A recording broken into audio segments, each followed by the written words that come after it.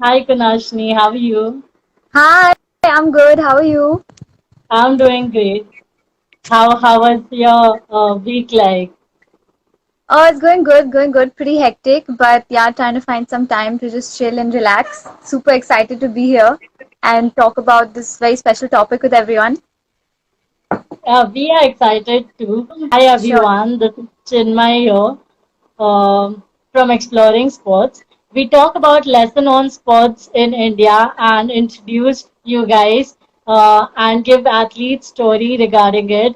Um, so we have Miss Kunashni with us today, sharing her life journey and more into sports psychology and neuroscience. She has been a vice captain, ex-vice captain, and goalkeeper of under 16 football team. She has also been a state level gymnast and a black belt karate athlete. We are really excited to have you and have a chat with you. So, uh, how was your journey like? What inspired you to choose such a offbeat and unconventional profession? And also, if you could share with us, how did your career unfolded? Sure. Thank you so much for such a lovely introduction. So when I started playing sports, actually, my sports career started with gymnastics, and then I moved into football. And any sport that I played, I'll give you one example. Like when I was on the football field, there were moments of time when I felt that I'm doing good, but sometimes I get scared. Sometimes I get nervous. And if just I was a little more confident, or if I could, block out my thoughts and just focus on the moment, my game would be so much better. So I experienced it myself on the field. And then later I got introduced into the world of psychology and the science of the mind. So how we think, how what kind of things influence our behavior. And I absolutely fell in love with the subject. I got a chance to study neuroscience at the University of British Columbia in Canada. And over there, we learned so much more about, different parts of the brain, the things that influence our behavior, our performance. And later, when I came back to India and started working, I decided that I want to try and merge these two, the science of psychology and the life in the world of sports and athletes, and how we can use this knowledge and information to influence athletes. So that's my journey, from experiencing it, knowing that this is something that can make a huge difference, and then coming out here and then trying to make that difference come alive in people. So it's something I'm super passionate about, getting athletes to, not just do good, improve their performance, but just do their best, become better than they already are. And if you can control your mind, you can, control your training, your practice, your motivation, and everything. So this has been my journey so far, and super excited for what has to come as well. So that's really great. And as you said that while playing, you experienced a lot of mental you needed motivation and all of that. I experienced the same while playing. Even if you don't know, even I used to play gymnastics, so I could relate a little on the lines of that. Few athletes, like we both played gymnastics and some non-mainstream sports. Few athletes think that why do we need a sports psychologist? So if you could share with us, why do a athlete needs a sports psychologist and how it helps a athlete in his sports career? So, when we look at sports, it seems like a very physical game. You have to master your control of your body. You need to be physically strong, you need to have good stamina, good strength. And you see someone fit, you're like, hey, they're a good athlete. They must be good at their sports. And if their technique is good, that's great. Now, with these both things going on, the physical aspect and the technical aspect, one thing really gets left behind, and this is the mental skills aspect of the player. Like, you can be the best athlete on the field, you can train for 20 hours, go out there, be the best performer on paper, but on that day, if you get nervous, if you're not able to control your emotions, if some kind of change happens and that throws you off, you're not something that you're not expecting, or you start doubting yourself, because someone said something or something happened, now you have lost complete control over your performance, despite having the best skill set, despite having the most hours of training. So now what could you have done more? And this is where sports psychology comes in. When you go to a sports psychologist and take the help from a sports psychologist, they basically help you with tools and techniques to control your mind, so that no matter when you go out there to perform, you know exactly what to focus on, how to focus, and block out any kind of thoughts that you don't want to have. And that's what makes a difference between, a good performer and a great performer. So that's what a psychologist can help with, the mental skills aspect, whether it's your confidence, your concentration, your motivation. Also just helping, the team come together. Sometimes we have like team sports where you need a lot of communication, right? You might be the Yeah, really good player, but if you can't communicate with your team and you don't know what they're saying, you don't have that trust, that confidence in each other, then the team's not going to perform. So again, there's yeah. something else we work with. So basically, everything here that goes on in contributing performance, that's what sports psychology helps with. Yeah. Yeah, rightly said. Because I was an introvert myself, so I can really relate to what you're trying to say. So, what difference have you seen from your career as a professional sports psychology, from an athlete of a mainstream sports and an athlete of a non-mainstream sports, and Hmm. how different mindsets do they have? So let's discuss. Let's define what the mainstream sports in. Now in India, the most popular sports which are out there, right? You have cricket, Yeah, football, even hockey, and name this sport, everybody knows about it. And there are a lot of yeah, people playing it. There's so much talent, and people are pursuing. There's a platform for it, right? And then you have yeah, sports which are lesser known. Maybe like gymnastics, judo, karate, or even ones like fencing or floorball, yeah, for example. Maybe people yeah, have not completely heard of at all. yeah, So from from my experience and my perspective, what I think is, when an athlete plays a mainstream sport, say cricket, or if an athlete is pursuing something that's not so well known, say like skating, right, figure yeah, skating or something like that. Now, when you have cricket, you have that platform, you have that media exposure, you have all these extrinsic factors, these rewards, you have the financial factors also there. But in the other sport, it's not so well known, it's not there.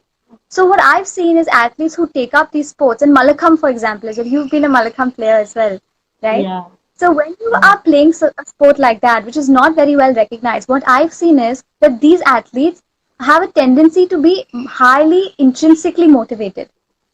yeah, This means that they play the sport, for the enjoyment and love for that sport, no matter what the external factors are. Whether people are watching, whether people are not watching, whether they can make it far or not. And it might get frustrating because, where will this take me? Where will I go? But I've seen that these athletes are more intrinsically motivated and driven. Whereas for cricket, football, and all these big sports, and now Kabaddi also with the Pro Kabaddi League, you have all these external motivating factors, the fame, the money, the platform, all these things. So this is one major difference that I've seen. Another thing is the grit and the determination, because in all these non-mainstream sports, the infrastructure also is lacking. So if you yeah, want to make it big, yeah, if you want to make it big, you have to make it within the limited resources that you have. So that's an additional factor that goes into these athletes, and the whole mindset preparation. Like, you have to understand that if I want to make it big, these are the limitations, and this is what I have to do to get past. Like, yeah. you can also tell me from your own experience, with Malakam and gymnastics. What was it like for you? So for me, it was more of like my passion for the sports and the love which I have shared. So my dad was the first national kabaddi player from Kalyan. So I had a motivational factor with me. My dad, he used to all the time be supportive. So I had few motivational factor, but moreover, it was like my passion for the sport. But as you said that sports like football, cricket, they have external motivational factor like the fans and their own family members. They don't have this societal pressure of not playing sports which are not lesser known sports. So I could relate to it. So have you seen a difference in a mindset while if you don't have fans around? What difference do you have athlete experience while playing? Have you seen such kind of situations where athletes suddenly get scared of everything because when it comes to Olympic sports, like if you, for example, fencing, so if an athlete is playing in India there are less fans around while playing, and suddenly if he goes abroad to play international to play such sport, there are so many people watching him. Have you seen such kind of mental disturbance while athlete perform internationally? But definitely, there's a huge change of environment when you go from playing, in a small kind of arena, and then you go abroad with this huge crowd presence. I think athletes are not used to that. They're not trained with that, and it's a huge challenge for them to overcome. So this is another thing, very good thing you pointed out, is like the exposure to the crowd presence also makes a huge difference. So when athletes go out there and then they perform, they have to also keep this in mind and train. And there are techniques for that. When you can't have that actual crowd support, you have to visualize that. You have to watch videos. You have to prepare yourself. You have to understand exactly what kind of environment you're stepping into because they've not been exposed to it before. So this also Yeah. comes under very important mental training aspect. Yeah. So as you rightly said that athletes in India they have to visualize when they go international or when they are not surrounded around fans while playing. So there are few athletes out of my experience, even I had that experience during my career, that I was scared of societal judgmentals and people judging me. Being a female athlete itself has a lot of pressure when it comes to you making it as a career. So, what would you suggest for such athletes who are scared of such judgmental pressure or society while hiring a sports psychologist or even thinking about sharing their thoughts with someone? Right. No, you're right. Definitely, this stigma does exist to seeking any kind of mental health support. And the thing I tell athletes when it comes to mental training and improving your mental skills, I tell them that, it's like going to the gym. So when you go to the gym and work out on your physical body, it's to make your body stronger, right? It's not because you're weak or there's something wrong with you. It's like not you go to the gym and say, you tell your friends like, hey, I'm going to the gym today. Something secretive or telling them. Your friends say, oh, are you going to the gym? Is everything fine? So that whole narrative, that concept has to change. When that changes, and you say, I'm going for my psychology session or mental strength session, they're like, oh, okay, that's great. So it's just like going to the gym, just like working on your physical body, working on your mental body. So that's something that I tell the athletes. The second thing is if you know you're struggling with some issue, then it's up to you to go fix it. You know this is coming in your way. You know you're struggling with your focus and your concentration. Do you want to become a better athlete? If yes, it doesn't matter what people say. You have to go out there and seek that support, seek that help. So that's the second thing. And then the third thing I say is like, if you feel that this stigma does exist, you feel like you're scared of that judgment from your friends, then be the one to change that narrative. Step up, and there's so many people talking about mental health awareness and mental skills training. So be part of that movement and that momentum. And I think this is what I would share with all the athletes when it comes to, oh, should I seek this help? Should I not? It's just like another exercise. You're training your Yeah, body, you're training your mind. It's the same thing. That's what I tell them. Yeah. yeah, rightly said. Uh, so, uh, from your experience, what are the factors which you have experienced that motivates athlete to play? Okay, so motivation. I think the biggest factor in motivation is knowing your why. So if you want to do something that's really not fun, like run rounds, do push-ups, or watch some video, do your workouts, something that doesn't motivate you so much, like I don't want to wake up and do this. If you don't have a reason why you're doing it, you just won't do it. But if you have a very strong underlying reason, if you know your why, that I'm doing this because I see myself making it to the national team next year, or I want to hear that two words of praise from my coach, which is super difficult to get, but I know if I do this, he'll say that. So if you know what you're working for, you'll get up and do it. So that's one very important thing, to know why you want to do something. Because if your why is strong, you can absolutely do anything. You will be motivated to like wake up at 3 in the morning also and start your workout, Yeah, start your day training. So that's important. The next thing is having good goal setting. So making sure that the goals you set are not too big. If it's like really huge goals, like I want to run 20 kilometers today. You haven't even walked 2 kilometers yesterday. How are you going to run 20 kilometers? So being very Yeah. smart about your goals and breaking them down slowly, slowly. And once you accomplish a small thing, then you can move on to the next one. So that will keep your motivation going. So being a little smart about what kind of goals you set. And the third thing when it comes to motivation is, people always focus on the negative things. Like we actually have that bias. Whatever goes wrong, we think like, oh, I didn't do this, I didn't do that. Things are not going so well. And then you get demotivated.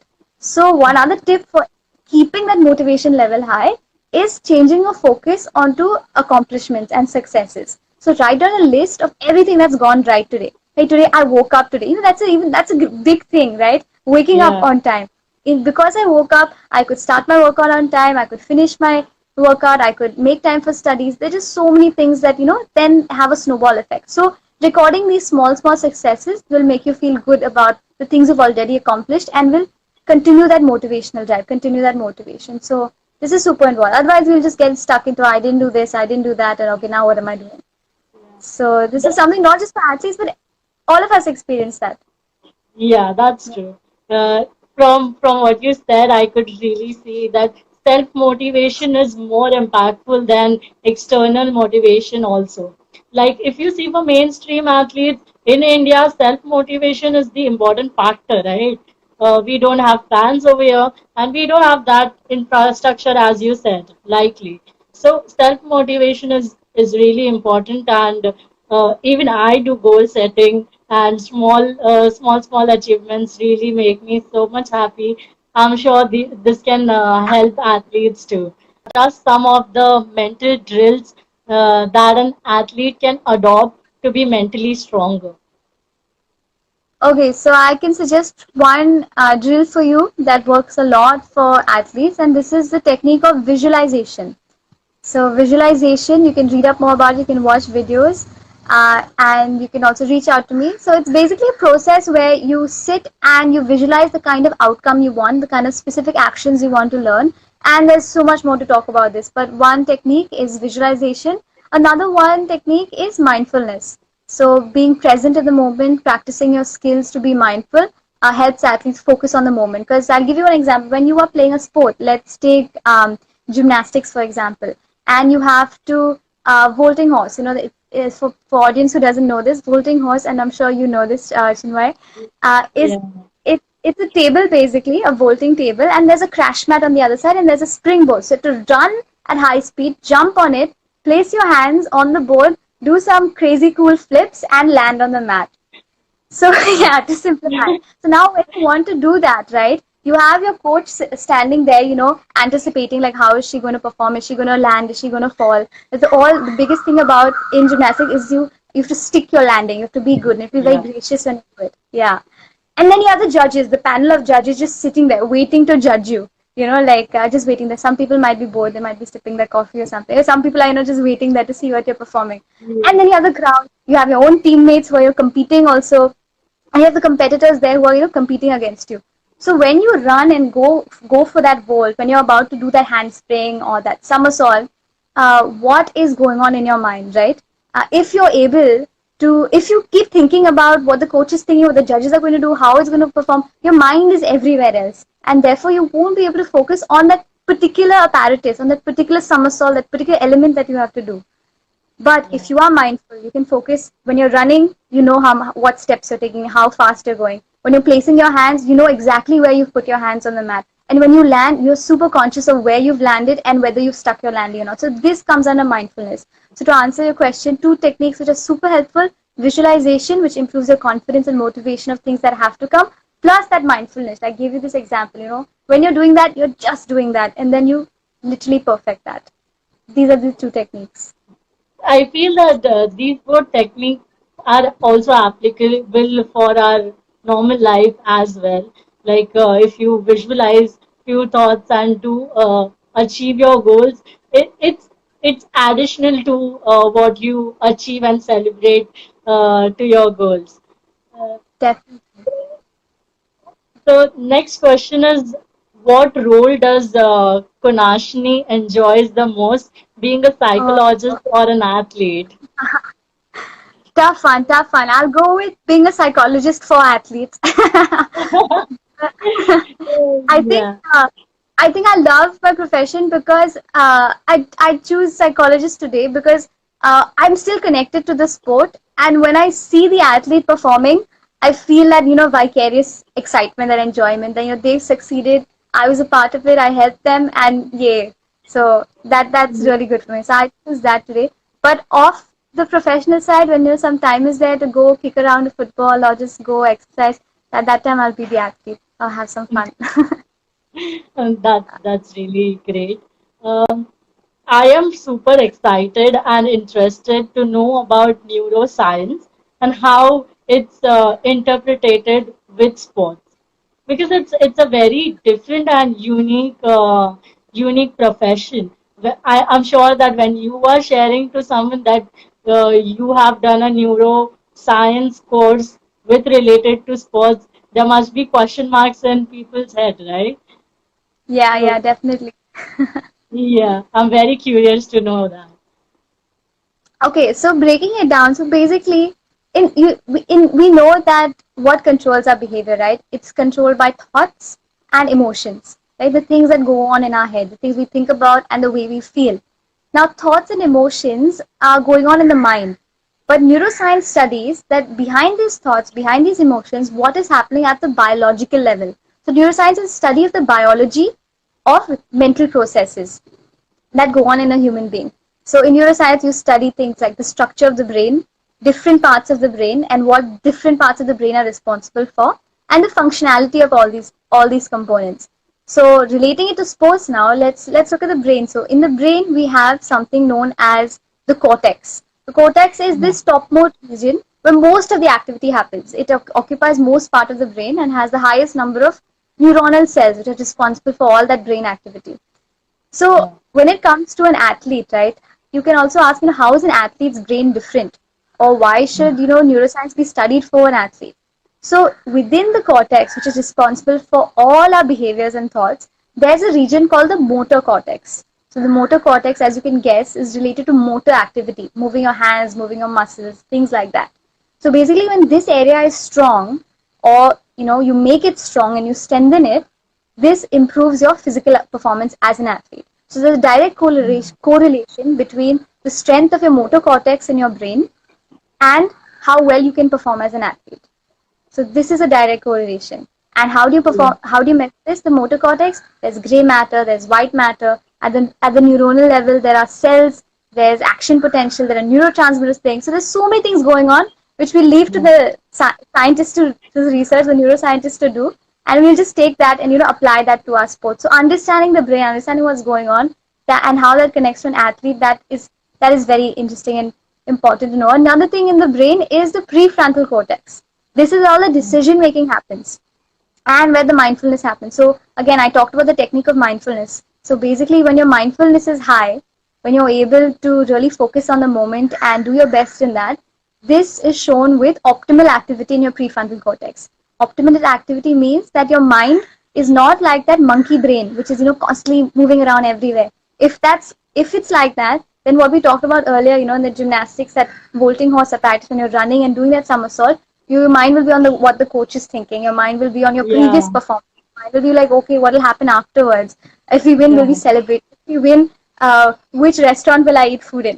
Things like Yeah. it's going in that moment. So there's a direct correlation between the prefrontal area of your brain and the strength in that. If that functionality is good over there, then it correlates with your ability to perform well, to have better decision making, have better focus and concentration. So this is how it directly relates to sports and performance.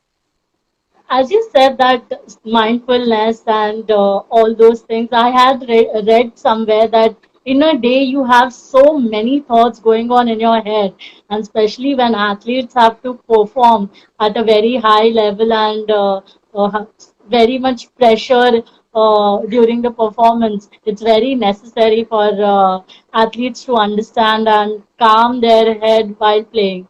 So I feel that it's very important to understand it.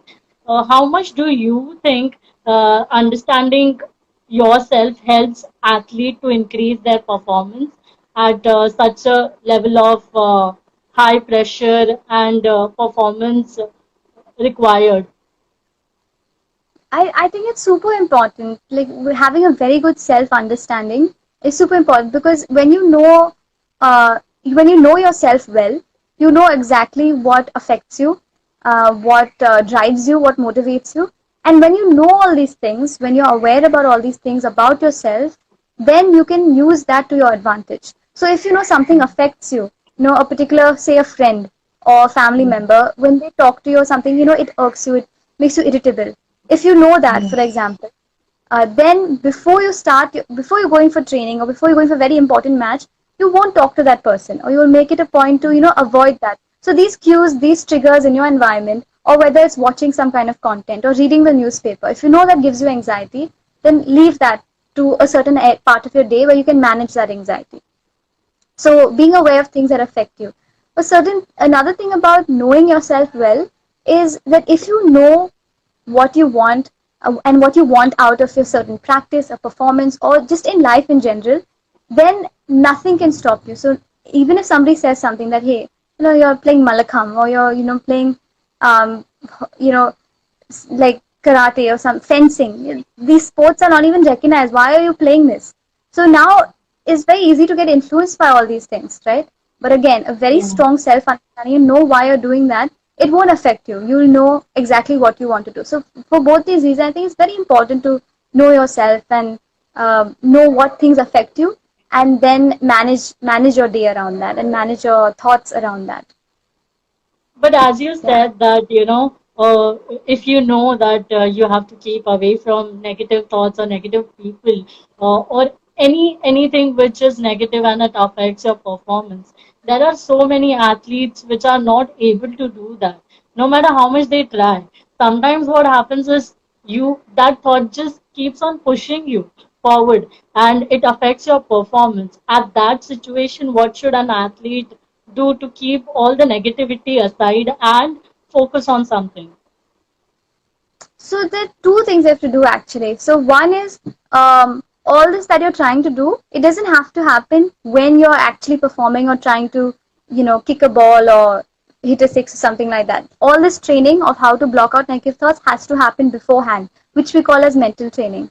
So to answer your Yeah. question, how do we do that? You say that negative thoughts keep coming. So the first thing is you have to address those thoughts. What are those thoughts? What is it saying? Is it saying I'm not good enough? Is it saying I'm not going to perform? Is it saying that what is the point of playing this sport? There's no career in this. There's no future in this.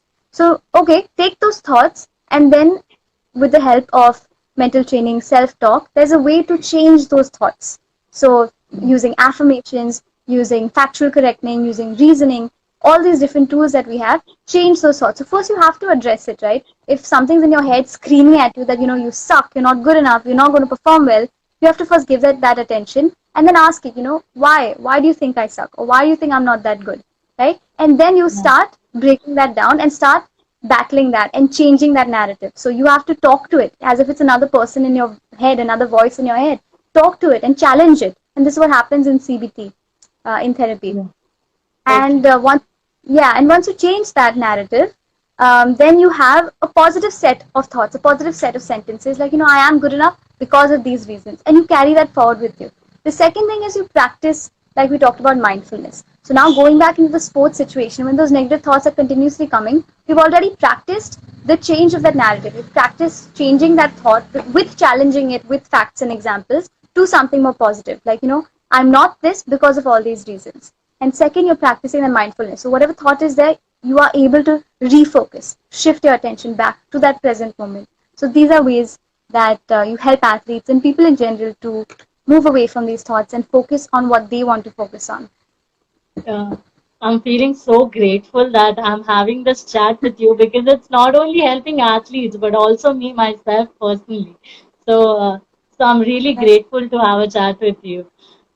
Moving back that's to our questions, how can neuroscience help athletes' mental well-being? about mental well-being. So, all these things that we talk about in mental well-being, self-care, like give time to yourself, do things that you enjoy, challenge those negative thoughts, go for a walk, have good sleep, have a good diet. All these things that we talk about our well-being, for our mental well-being, like we discussed earlier, they have a very biological basis. So when you understand the neuroscience and the biological basis behind these things, I think from my perspective, you'll be more motivated to engage in those kinds of behaviors. So for example, if you know that good sleep, or for example, a practice of journaling, any kind of a technique or activity, if you know what kind of change this causes in my brain if I do this, like this is going to strengthen my motor area, or this is going to strengthen my ability to make decision making faster, then you'll be like, hey, I'm doing this for that. So I think understanding neuroscience, educating yourself on what it is and how your brain changes in response to certain things will help athletes and be better for them. One small example I can give you is just the structure of nature of our brain. So our brain is 75% of our brain is made up of water. And imagine if you don't drink water throughout the day, it's a simple thing, right? Just drink water, Yeah, be hydrated. If you're not hydrated and the whole day you're tired, you're fatigued, uh, you feel like loss of energy. I can't do much at the physical level. Now imagine brain being 75% of water. If you're not giving that intake of water, supply of water to your brain, what is going to happen? It's going to completely dry up, right?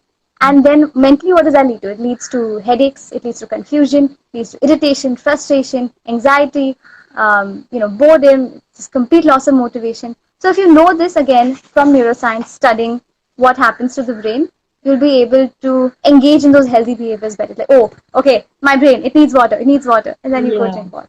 I think this is how yeah. neuroscience can help a day-to-day athlete. As you said that we need to drink a lot of water, not just for Yeah. mental well-being, but also not just for mental well-being, but I also feel that it's really important for athletes to intake water for throughout their day because as you said that sometimes what happens is while practicing or focusing too much on increasing their performance, they tend to neglect having more water or having more sort of liquid intake. So I Yeah. feel it's really, really important. So we Yeah. have one question from our follower. What assessment scales you uh, use to make a performance profiling for an athlete? So there are many different assessment tools that have been standardized across the world. Most of these tests have been developed in the West, and some of these tests are the SPQ-20, which is the Sports Psychology Questionnaire. Some tests are the AIQ, which is the Athlete Intelligence Quotient. There's also a test called the TOPS of optimal performance of an athlete. So there are all these different tests. Some of them are paid for, some of them might be free. Free is available. I'm also in the process of developing some assessments and tests to use on players. So you can reach out to me if you need any kind of athlete profiling that you want done.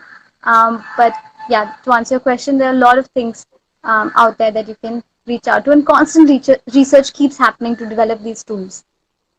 Oh, I wasn't aware of all these tests, so it's really Yeah, informative for me itself. yeah, there's so many different things to test actually. People don't think about it, but just how you're in an exam, you test. For example, your physical test is your speed, your endurance, your flexibility, things like that. Similarly, your mental skills test works on things like your decision making ability, your reasoning ability, your visual processing, your visual spatial processing. How fast can you take in information and make sense out of it? Your attention span, things like that. Your self confidence, your ability to motivate yourself. So these things also can be tested and profiled. Wow, that's really interesting. Uh,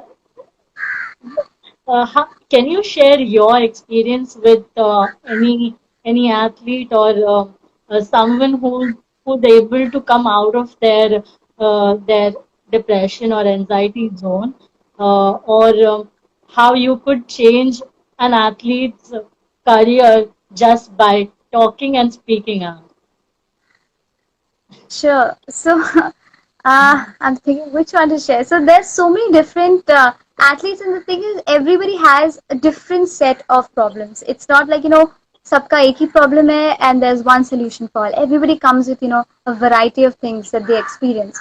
So, falling back on my experiences, I remember this one case where one athlete was really struggling in their performance. And this is very common in athletes. It's like, in my practice session, I'm really good. But when I go out there, when I perform with my team, when it comes to the match, I just cannot perform. I'm just very scared. So for that athlete, we use things like visualization, self-talk, changing that narrative. Um, and just making them more confident, and then I can see, and then when they go out there and they perform and they come back to me and say, ma'am, today I was able to score that century, or I was able to take 3 wickets, and they're super happy and super excited, so that makes me feel really good. Another thing that I can think about is there was one client who was very suicidal, and they had gone through a very severe relationship crisis and a lot of different family things going on. So with these kind of athletes, their focus moves away from the sport, and it's time to deal with all these other things that are going on. So other types of therapies are there for that, CBT, talk therapy, gestalt therapy, and you're helping them evolve in as a person and get over all these other issues in their life. And once those things are resolved, then they can get back to the game. Um, I can share one example with you. Is one athlete. We had a conversation over the phone. Um, he stayed in a different part of the country, and he was going through a crisis where one of his juniors in his sport, they had committed suicide, and that person had reached out to them, and had talked to them, and he was helping him. And what happened towards the end is that this athlete that I was dealing with had carried the guilt from that experience into his current life, into his present, and that was not able to let him go out to the field and perform. So helping him get out of that, helping him understand that you did as much as you could, and there are some things that are out of your control in life, Yeah. and this is one example. And when the athlete got out of that mindset, when he went back to training, and when he felt that he was able to perform again, and he was someone who wanted to make it for the army. He wanted to join the army and play for the sports team also related to the army team. So he told me that, ma'am, the next time I call you, it'll be once I make it to the army. And I felt super great and super proud and happy for him that he could get out of this and change his mindset. So this is something that can help people. Like, you will be a great performer, a great athlete, but if you're struggling with something mentally, if you can't get over something that has happened in your life and you don't seek that support, you're going to stay where you are. So get out Yeah. there and do what you need to do. So these are few cases that I came to my mind when you asked me. But Yeah. everybody has different things that they're going through and dealing with. That's Yeah. really true. And that's so sweet of you sharing your experiences with us. Thank you so much to have a chat with you. I'm sure this small talk can help a lot of athletes to come up and speak up, whether they are playing mainstream sports or non-mainstream sports. Thank you so much to have a chat with us. Most welcome. It's my pleasure to be here, and it's so great of you guys to have this channel which is promoting all these sports, these non-mainstream sports, because we need that kind of recognition for them in the country. So all the power to you, and thanks to you also for doing this and for having me and having this amazing talk, which will going to definitely boost sports in India, in our country. Yeah, I'm sure. Thank you so much. Have a great day. You too. Yeah. Take care. See you. Take care. I hope you guys enjoyed it, and I hope this knowledge sharing was really important for you.